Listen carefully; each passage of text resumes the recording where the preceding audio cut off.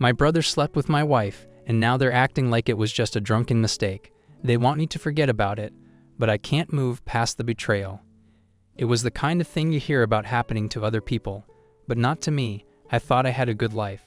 I've been married to Megan for 5 years, and my younger brother Ethan has always been my closest friend. We're a tight-knit family. Well, at least we were. Last night, I found out something that ripped that apart. Megan and Ethan slept together. My brother, who I trusted more than anyone, did this to me. The moment I found out, everything came crashing down, and now I'm stuck, trying to figure out how to move forward when I can't even breathe. It all began last weekend at a family BBQ at my parents' house. A day like any other, burgers on the grill, beers in hand, family and friends gathering around. My parents were there, Megan's family too, even some of our cousins who live out of town. We'd done this 100 times before, but this time, something was off. I didn't know it at the time, but I'd feel it soon enough. I noticed Megan and Ethan laughing together, closer than usual. At first it was nothing, just harmless fun. But then, I saw how their laughter lingered a little too long. I tried to brush it off. Megan and Ethan have always gotten along well. I'd never felt the need to be jealous. Ethan was my brother, after all, and Megan. She was the love of my life. But as the evening wore on, the drinks kept coming, and things started to feel different. Every time I looked over, there they were, standing too close, whispering something that made them both laugh like teenagers. Then I saw it, Ethan's hand resting on the small of Megan's back. It stayed there a second too long. My stomach twisted, but I didn't say anything. By the time we got home that night, Megan was tipsy. She stumbled up to bed while I stayed downstairs, cleaning up and thinking over what I had seen. Maybe I was just overthinking things, but something felt off. Then Megan's phone buzzed on the counter. I wouldn't usually check it, but curiosity got the better of me. I glanced at the screen and my heart stopped. It was a message from Ethan. "Don't worry, I'll handle it. He won't know." My hand shook as I picked up her phone and scrolled through their conversation. What I saw made my world crumble. There were messages going back weeks.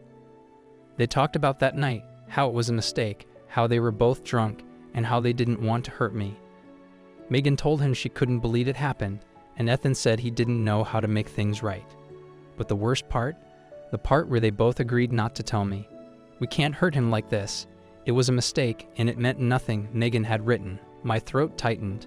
How could they do this to me and then agree to lie about it? I felt like my whole life was a lie. I ran upstairs, heart pounding, and found Megan passed out on the bed, completely unaware of the emotional bomb that had just gone off inside me. I shook her awake, furious. "What the hell is this, Megan?" I yelled, throwing her phone on the bed in front of her. Her eyes opened slowly, confusion spreading across her face. Then she saw the texts. Her expression changed instantly.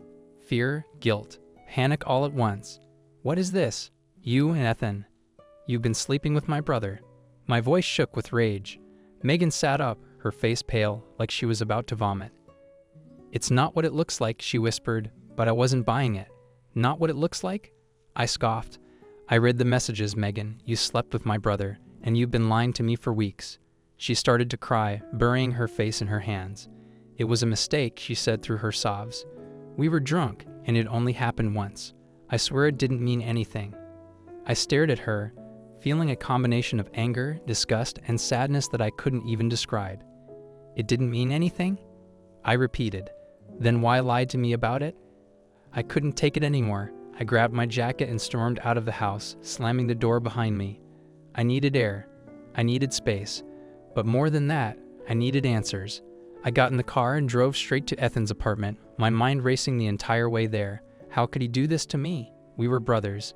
We had been through everything together. And now this, sleeping with my wife, betraying me in the worst way possible. I felt like I was going to explode by the time I reached his place. I wasn't sure what I'd do next. When I got to Ethan's door, I didn't bother knocking. I barged in, and there he was, sitting on the couch like nothing had happened. But when he saw the look on my face, his expression changed instantly. He knew. "Bro, I can explain," he started, standing up slowly, his hands raised like he was trying to calm me down. "Explain?" I barked. "Explain how you slept with my wife. Explain how you've been lying to my face for weeks." He took a step back, guilt written all over him, but I wasn't having it. I stepped toward him, fists clenched. "Look, man, it wasn't like that," Ethan stammered, his voice shaky. "We were drunk, and it just happened. It didn't mean anything. I could feel the rage boiling inside me, my vision going red. A mistake? You think calling it a mistake makes this better? I shouted. You don't just accidentally sleep with someone's wife, Ethan. He flinched at the sound of my voice, his guilt clear.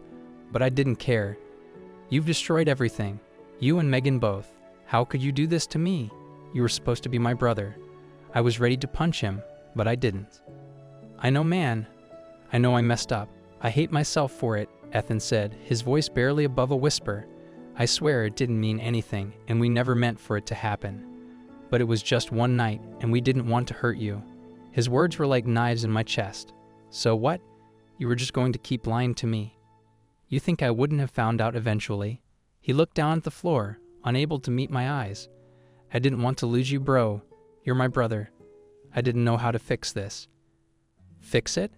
I snapped. How do you fix something like this? You slept with my wife. You lied to me. There's no fixing this. I could see the guilt all over his face, but I didn't care. I couldn't care. Not after what he had done. I don't know what to say, Ethan whispered. I never wanted to hurt you, and I'll do anything to make this right.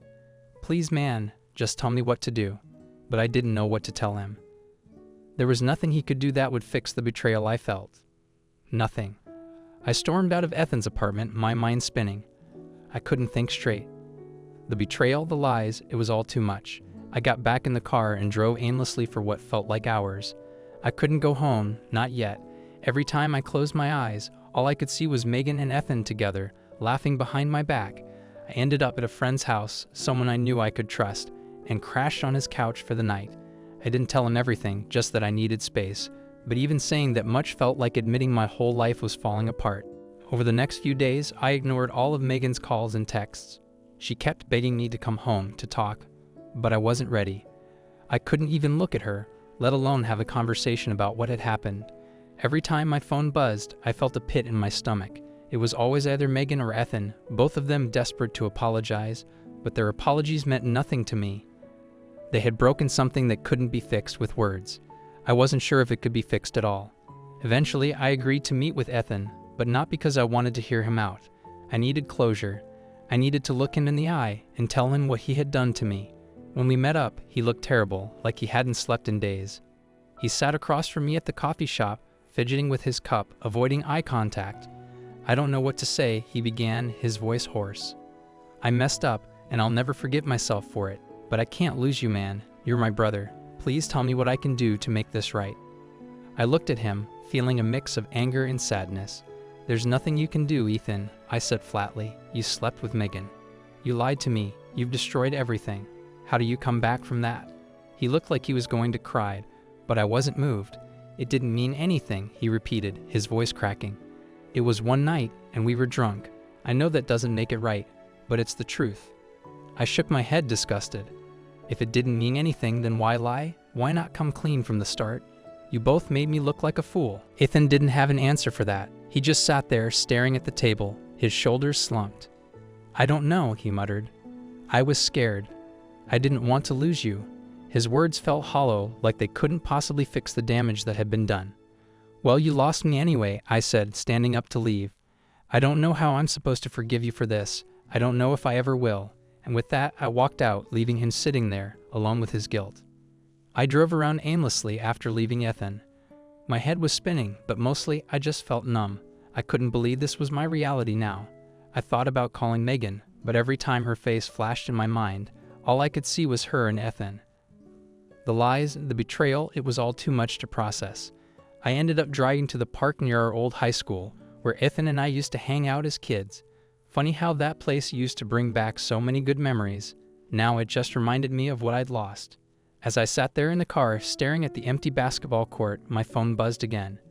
It was Megan again. I couldn't keep running from this forever. So I answered, "Jake, please come home. We need to talk," she said, her voice shaky, like she'd been crying for days. "I'm so sorry. I know I hurt you. I don't even know how to begin to make this right, but I need to try." Her words hit me, but I wasn't sure if I was ready for what came next. "I don't know if there's anything left to fix," I said flatly. Megan was quiet for a moment before she spoke again. "Jake, I love you. I don't want to lose you over one mistake. Please come home and let's talk. I sighed, feeling the weight of everything pressing down on me. "Fine," I muttered. "I'll be home in a bit." I hung up before she could say anything else. Part of me didn't want to face her at all, but I knew that conversation was inevitable. I couldn't stay at my friend's place forever, hiding from the reality of what had happened. So I turned the car around and headed back home. When I walked through the door, Megan was waiting for me, her eyes red and puffy from crying. She looked like a mess, but I couldn't feel sorry for her. Not after what she'd done. "Jake," she said softly, stepping toward me. "Please just listen. I know I messed up. I know I broke your trust, but I love you. It was one night, and it didn't mean anything. I'll do anything to fix this." I looked at her, feeling a mix of anger and exhaustion. "I don't even know where to begin," I said. "You lied to me for weeks, Megan." Megan wiped her eyes, trying to compose herself. "I was scared," she said, her voice trembling. "I didn't know how to tell you. I didn't want to lose you. It was stupid. And it should have never happened." Her words felt empty. "You say it didn't mean anything, but if that's true, why lie? Why not come clean from the start?" I asked, my voice rising. "You and Ethan made me look like a fool. You let me live in ignorance while you two carried this secret. How am I supposed to trust you again?" Megan sobbed harder, shaking her head. "I don't know." I wanted to scream, to throw something, but I didn't. Instead, I just stood there staring at her, feeling more lost than ever. "I love you, Jake," Megan said again, her voice pleading. "I never wanted to hurt you. It was a mistake, and I hate myself for it. But please, don't let this be the end of us." Her words hung in the air, and for the first time, I felt the tiniest crack in my resolve. But was that enough? Could I really forgive her? Could I ever move past what she and Ethan had done? We sat down at the kitchen table, the same place where we used to share dinner and laugh about our day. Now it felt like a battlefield. Megan kept wiping away her tears, trying to explain herself, but the more she talked, the less I felt like we could fix this. "I just don't know if I can ever look at you the same way again," I finally said, my voice cold. "You betrayed me, and you did it with my own brother. How am I supposed to come back from that?" Megan didn't have an answer. She just sobbed. The days after that conversation blurred together. I stayed at home, but things between us were strained, barely civil.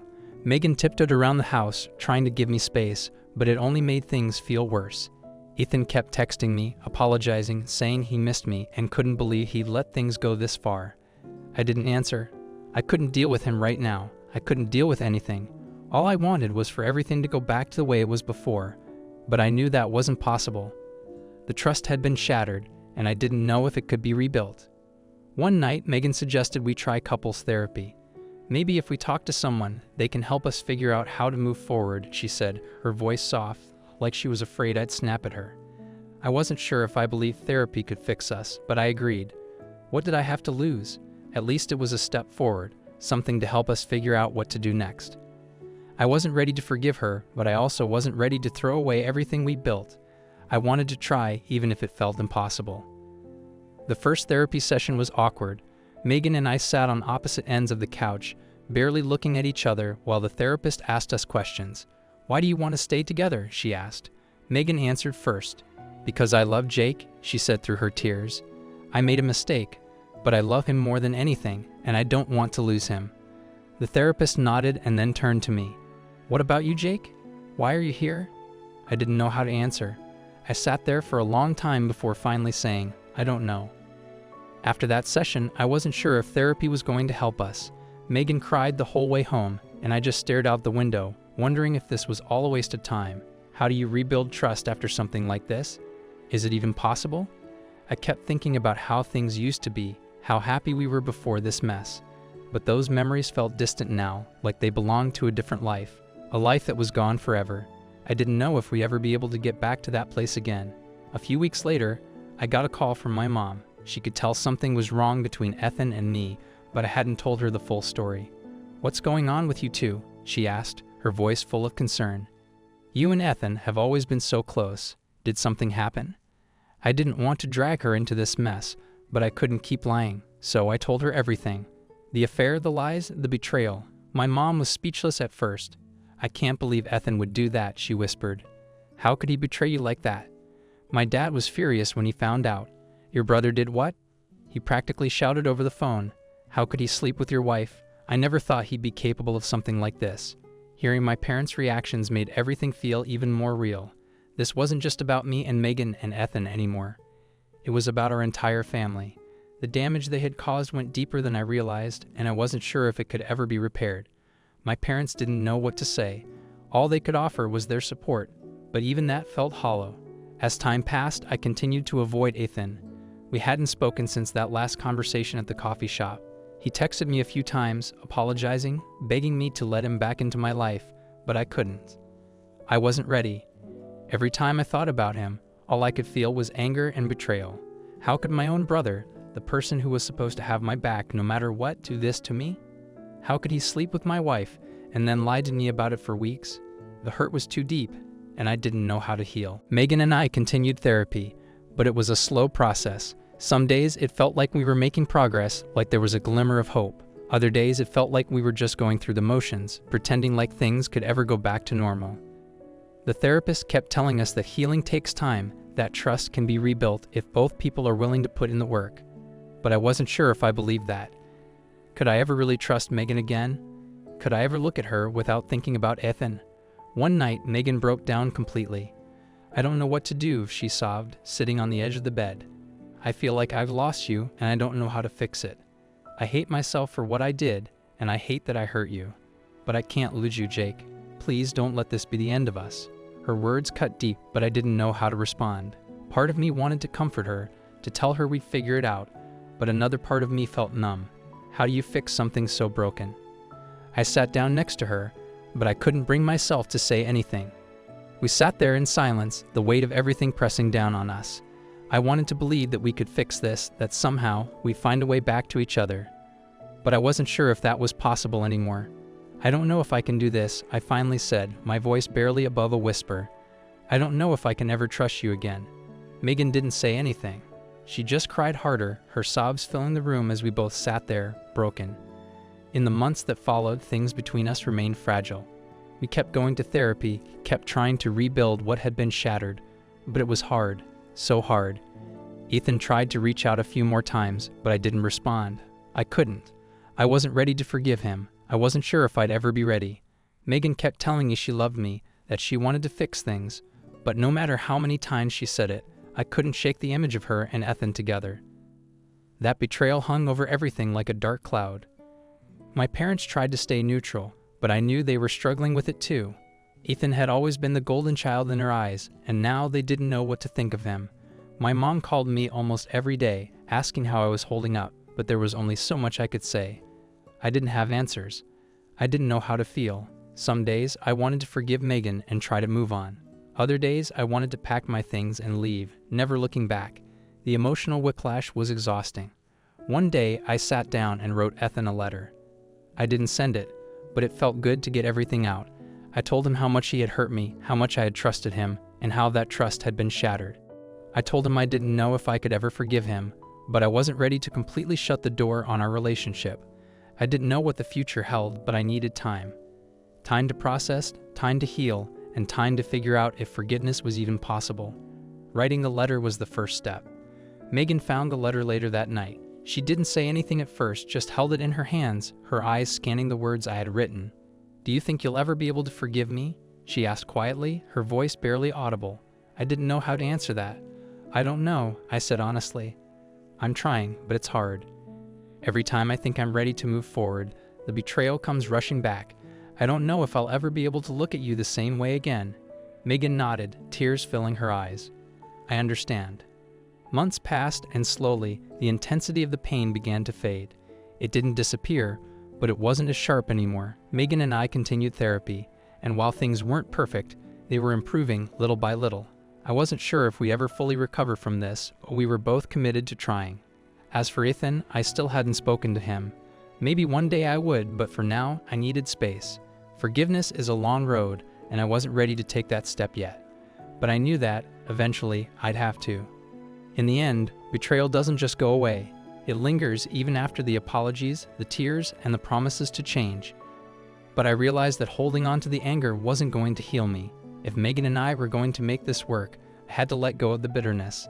That didn't mean forgetting what happened. It didn't mean blindly trusting again. But it did mean opening myself up to the possibility of healing. and maybe with time, forgiveness would follow. For now, it was one day at a time, one step forward, even if it was small.